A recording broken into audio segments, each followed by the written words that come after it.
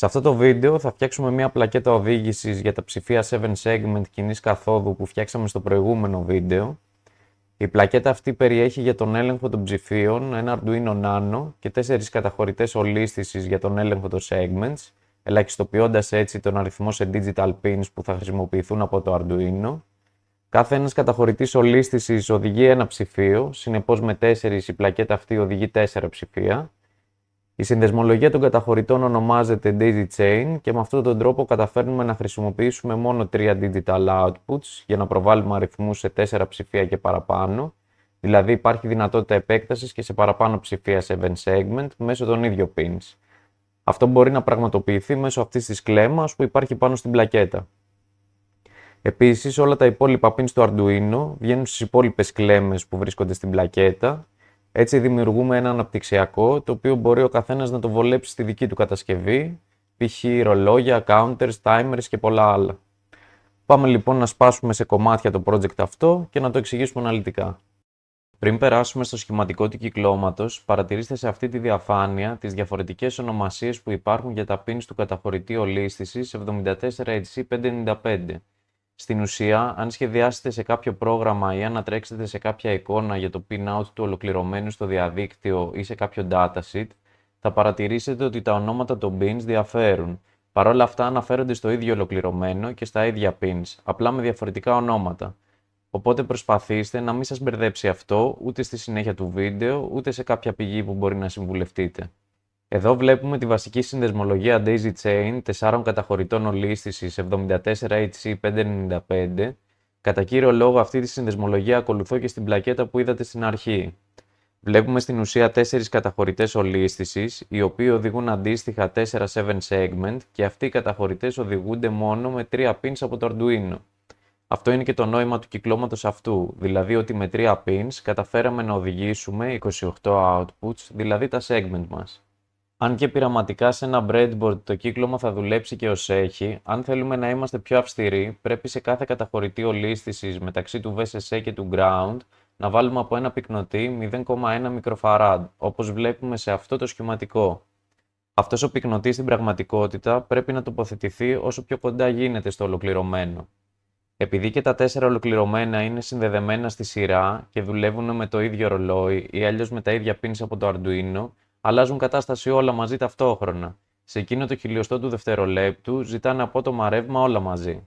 Αν δεν υπήρχε ο πυκνοτής ακριβώς δίπλα στο καθένα να δώσει ακαριέα αυτό το ρεύμα, η τάση θα έπεφτε στιγμιαία, θα έκανε βύθιση. Αυτό θα δημιουργούσε θόρυβο στο κύκλωμα και τα ολοκληρωμένα θα αρχίζαν να μεταφέρουν λάθος δεδομένα. Ο πυκνοτής ουσιαστικά σταθεροποιεί την τάση και καθαρίζει το θόρυβο την ώρα που δουλεύουν. Οι τιμές του πυκνοτή αλλά και ο λόγος που χρησιμοποιείται προκύπτει από το datasheet όπως βλέπετε. Αυτό είναι το datasheet της Texas Instruments για τον καταχωρητή 74HC595. Άμα θέλετε να το ψάξετε παραπάνω, μπορείτε να συμβουλευτείτε ένα datasheet από οποιονδήποτε κατασκευαστή. Πάμε τώρα να δούμε πώς ενεργοποιούνται τα κατάλληλα segment με σκοπό να ανάβει κάθε φορά ο αριθμός που θέλουμε να προβάλλουμε στα displays. Όποιος θέλει μπορεί να ανατρέξει σε παλαιότερο μου βίντεο, το οποίο σας επισυνάπτω για κάποιες εισαγωγικές πληροφορίες για τα pins του 74HC595 και τη βασική του λειτουργία. Στο σχεδιάγραμμα αυτό βλέπουμε τη βασική συνδεσμολογία 2 καταχωρητών ολίσθησης της πλακέτας οδήγησης των segment. Στην πλακέτα μας θα χρησιμοποιήσουμε 4 καταχωρητές, για 4 ψηφία δηλαδή, αλλά ο τρόπος που περνάνε τα bits και στους υπόλοιπους 2 που παραλείπονται είναι ο ίδιος. Για λόγους απλότητας υπάρχουν μόνο τα pins που έχουν ενεργό ρόλο και έχουν παραλειφθεί τα VSS και τα ground pins των καταχωρητών ολίσθησης, καθώς θεωρούμε δεδομένο ότι συνδέονται στην τροφοδοσία. Για να ξεκινήσω το παράδειγμα, επέλεξα τυχαία για την προβολή στα ψηφία τον αριθμό 22. Αυτός ο αριθμός, σύμφωνα με τη συνδεσμολογία μας, μεταφράζεται στη διαδική ακολουθία που φαίνεται δίπλα. Ο αριθμός εισαγάγεται από τα δεξιά προς τα αριστερά, δηλαδή θα ξεκινήσουμε από το τελευταίο bit του διαδικού αριθμού, καθώς κάθε bit εισαγάγεται σειριακά στους καταχωρητές ολίσθησης.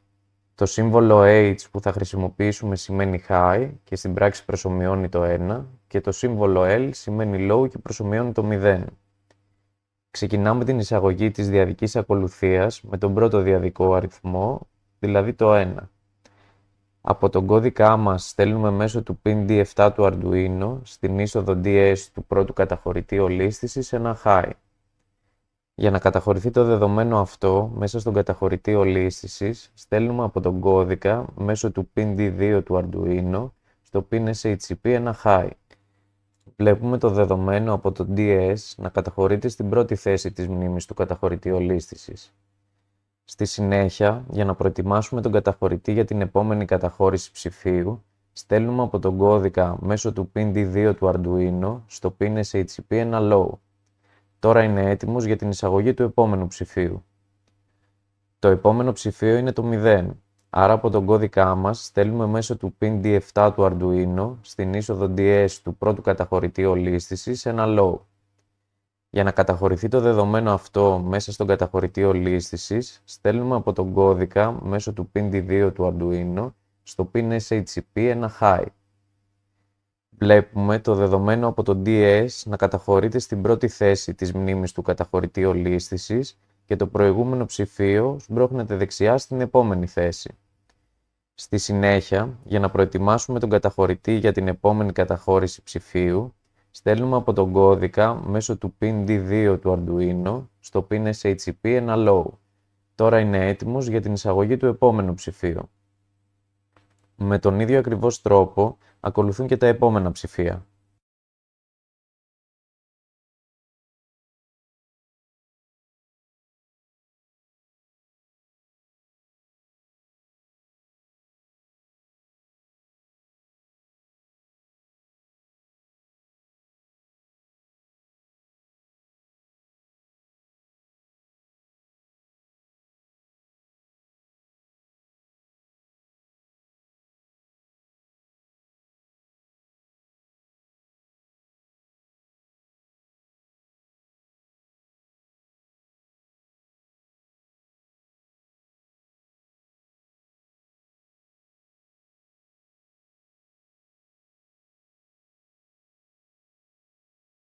Σε αυτό το σημείο παρατηρούμε ότι και οι 8 θέσεις μνήμης του πρώτου καταχωρητή ολίσθησης γεμίσαν.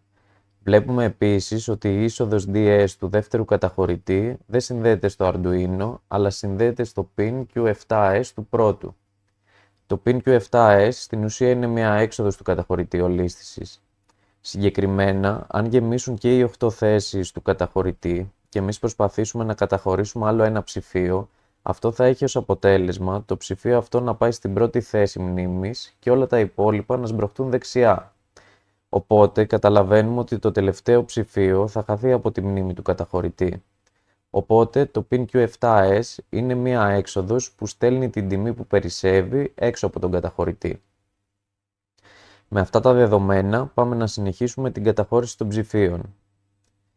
Το επόμενο ψηφίο είναι το 1, άρα από τον κώδικά μας στέλνουμε μέσω του pin D7 του Arduino στην είσοδο DS του πρώτου καταχωρητή ολίσθησης ένα high. Για να καταχωρηθεί το δεδομένο αυτό μέσα στον καταχωρητή ολίσθησης, στέλνουμε από τον κώδικα μέσω του pin D2 του Arduino στο pin SHP ένα high. Παρατηρήστε εδώ ότι τα SHP pins και των δύο καταχωρητών συνδέονται μαζί στο ίδιο pin του Arduino. Αυτό σημαίνει ότι κάθε φορά που στέλνουμε ένα high ή ένα low από το Arduino, ενεργοποιούνται ή απενεργοποιούνται τα SHP pins και των δύο καταχωρητών. Βλέπουμε το δεδομένο από το DS να καταχωρείται στην πρώτη θέση της μνήμης του καταχωρητή ολίσθησης και τα προηγούμενα ψηφία σμπρώχνονται δεξιά στις επόμενες θέσεις. Αφού όμως ο πρώτος καταχωρητής ολίσθησης ήταν γεμάτος, το τελευταίο ψηφίο που περισσεύει λόγω της τελευταίας καταχώρησης περνάει από το pin Q7S στην είσοδο DS του δεύτερου καταχωρητή ολίσθησης και μπαίνει στην πρώτη θέση της μνήμης του. Στη συνέχεια, για να προετοιμάσουμε τους καταχωρητές για την επόμενη καταχώρηση ψηφίου, στέλνουμε από τον κώδικα μέσω του pin D2 του Arduino στα pins SHP ένα low. Τώρα είναι έτοιμοι για την εισαγωγή του επόμενου ψηφίου. Με τον ίδιο ακριβώς τρόπο ακολουθούν και τα επόμενα ψηφία.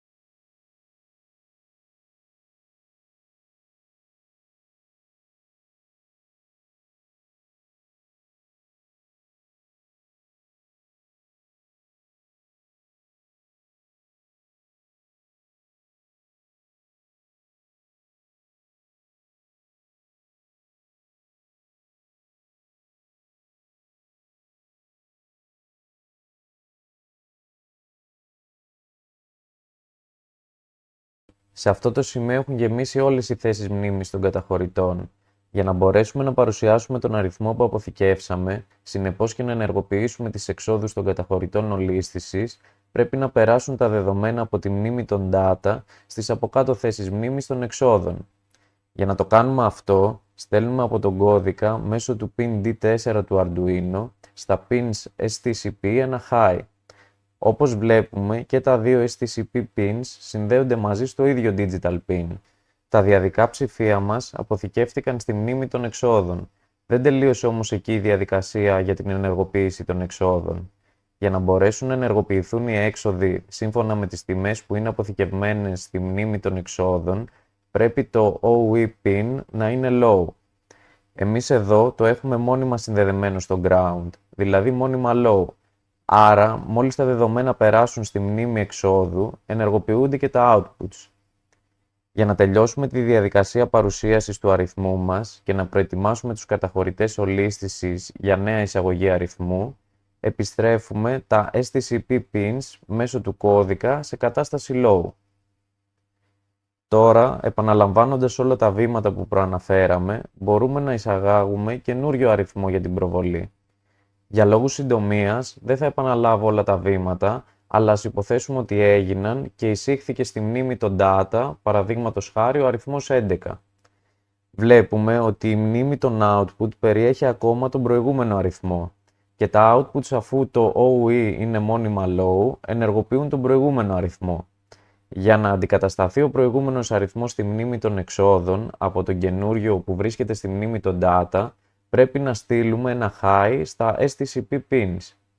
Εδώ καταλαβαίνουμε το πόσο σημαντικό είναι που υπάρχουν δύο είδη μνήμης μέσα στον καταχωρητή ολίσθησης, γιατί μας δίνεται η δυνατότητα να εμφανιστεί ο αριθμός ακαριέα στις εξόδους, αφού έχουν φορτωθεί όλα τα διαδικά ψηφία μέσα στον καταχωρητή ολίσθησης. Αν υπήρχε μόνο μία μνήμη κοινή για τα δεδομένα που καταχωρούνται και τις εξόδους, τα display θα παρουσίαζαν τυχαίες τιμές μέχρι τελικά να φορτωθεί όλος ο αριθμός. Ας δούμε τώρα οπτικά πώς θα εμφανιζόταν η πληροφορία στα 7 segment μας, σύμφωνα με όσα είπαμε.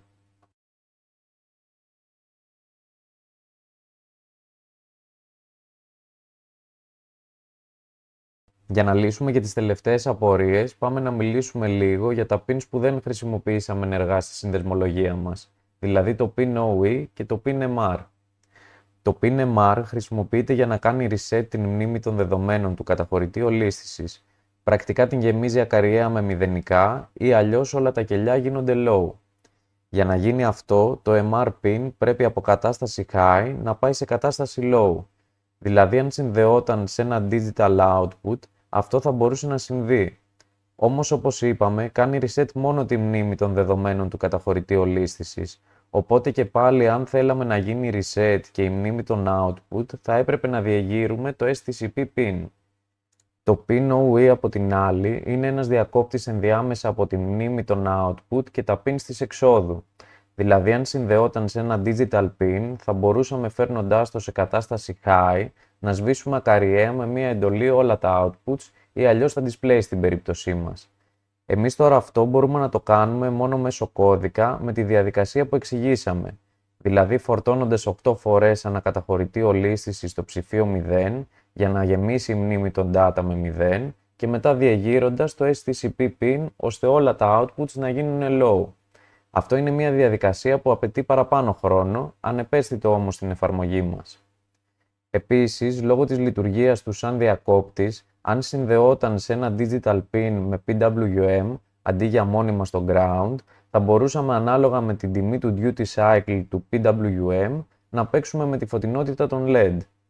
Τέλος, επειδή οι μνήμες των καταχωρητών ολίσθησης μπορεί να είναι γεμάτες με τιμές από προηγούμενη χρήση ή σκουπίδια, ελέγχοντάς το με ένα digital pin και με μία pull-up αντίσταση, μπορούμε να γλιτώσουμε την προβολή τους μέχρι να ξεκινήσει ο κώδικας από το MCU.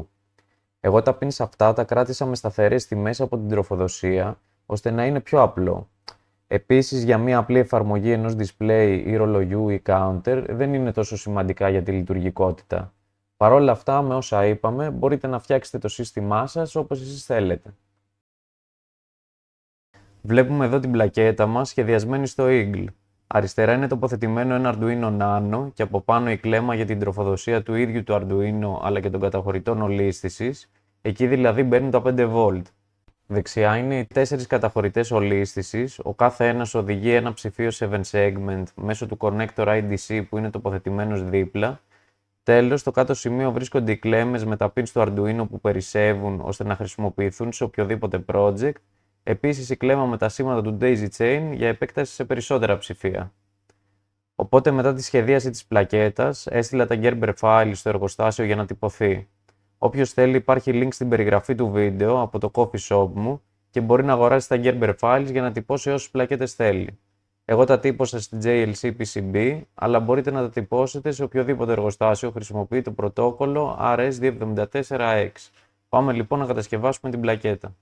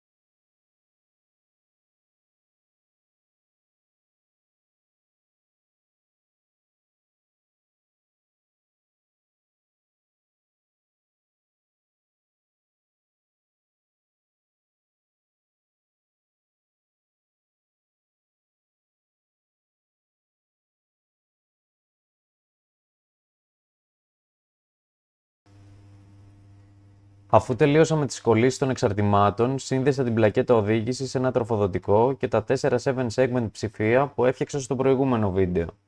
Έτρεξα ένα πρόχειρο κώδικα timer με λεπτά και δευτερόλεπτα για να το δούμε να δουλεύει.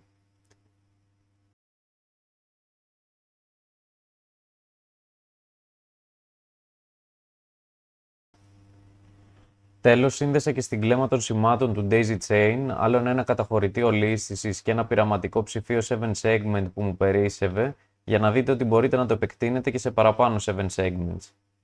Σε όποιον αρέσει αυτό το περιεχόμενο και θέλει να ενισχύσει οικονομικά το κανάλι, μπορεί να κάνει ένα donation στο Ko-fi. Επίσης, αν κάποιος θέλει να φτιάξει μόνος του το driver καθώς και τα ψηφία 7-segment που φαίνονται στο βίντεο, μπορεί να αγοράσει από το coffee shop μου τα Gerber files με σκοπό να τα τυπώσει σε κάποιο εργοστάσιο και να φτιάξει όσα θέλει. Τα links υπάρχουν στην περιγραφή.